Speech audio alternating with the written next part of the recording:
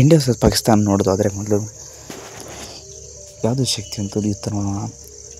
Total ಪಾಪ್ಯುಲೇಷನಲ್ಲಿ 235 million ಆಗುತ್ತೆ. ಇಂಡಿಯಾದಲ್ಲಿ 1.4 billion ಆಗಿದೆ. ಟೋಟಲ್ ಏರಿಯಾದಲ್ಲಿ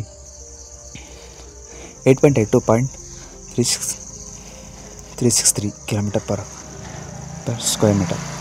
ಇಂಡಿಯಾದಲ್ಲಿ ಬಂದರೆ 32.87.2363 ಕಿಲೋಮೀಟರ್ ಸ್ಕ್ವೇರ್ ಆಗುತ್ತೆ. ಕ್ಯಾಪಿಟಲ್ ಸಿಟಿ ಅಂತ ಬಂದರೆ ಇಸ್ಲಾಮಾಬಾದ್ ಆಗುತ್ತೆ.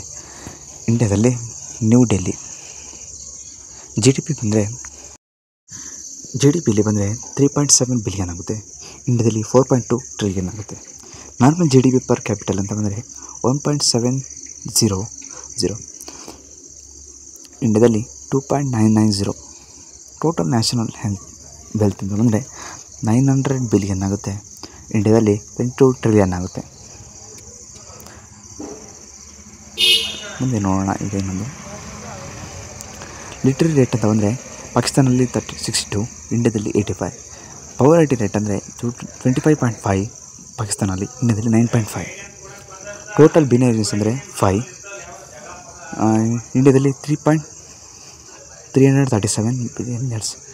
ರಿಚೆಸ್ಟ್ ಮ್ಯಾನ್ ಅಂತ ಪರ್ಸನ್ ಅಂತ ಬಂದರೆ Shahid Khan 13 billion, Mukesh Ambani 108 billion. Total export 38.9 billion, 82.4 billion. Total road network 2.175 kilometre, 66.17007. Total rail network ಅಂತ ಬಂದರೆ 7.719 ಕಿಲೋಮೀಟರ್, 68.578 ಕಿಲೋಮೀಟರ್. ಫೈನಾನ್ಷಿಯಲ್ ಕ್ಯಾಪಿಟಲ್ ಅಂತ ಬಂದರೆ ಕರಾಚಿ, ಇದರಲ್ಲಿ Mumbai. Military power 1.7 million, 5.1 million.